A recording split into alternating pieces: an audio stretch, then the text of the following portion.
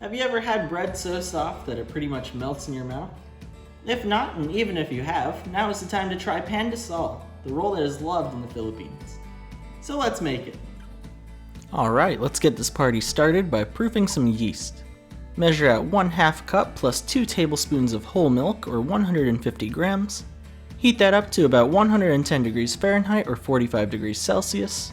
Then dump in 1 1/4 teaspoon of active dry yeast or about 4 grams. Mix it all together with a fork and let it sit at room temperature for 10 minutes. While we wait, we can get our stand mixer with our dough hook attachment. To our stand mixer bowl, we can add 300 grams of bread flour, toss in 3 tablespoons or 35 grams of sugar, and also throw in 1 teaspoon or 5 grams of kosher salt. Go ahead and whisk all those ingredients together. After the 10 minutes are up, we can throw in 1 room temperature egg. Additionally, we can slowly pour in all of our milky yeast. Make sure to scrape down the sides with a spatula if needed. Once everything's fully incorporated, go ahead and bump the speed up from low to medium low. I was using speed number 4. Let that mix for about 5 minutes or until very smooth.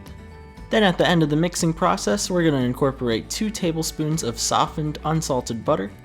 Make sure to add it 1 tablespoon at a time. Don't add the second tablespoon until the first one's fully incorporated into the dough.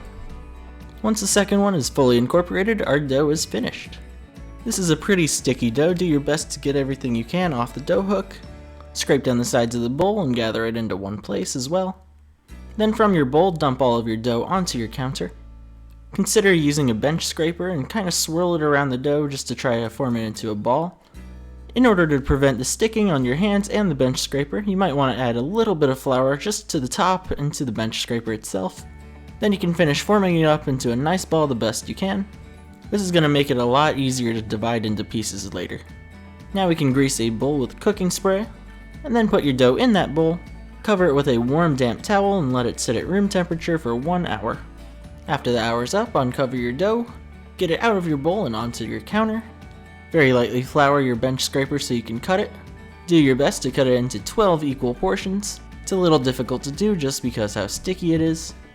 Once you have all of your pieces cut, form each of them into a small ball. Just apply pressure with the palm of your hand, maintain contact on your counter, and just swirl your hand around. After all 12 of your dough balls are made, grab a small bowl filled with breadcrumbs.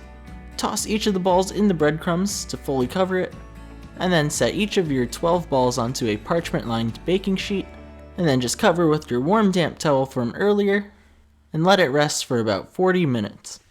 After the 40 minutes, they should be looking a bit more plump. All that's left is to put them into an oven preheated at 350 degrees Fahrenheit or 175 degrees Celsius. Let that bake for about 20 minutes.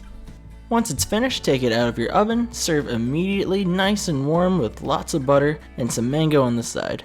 Now let's take a look at our final product.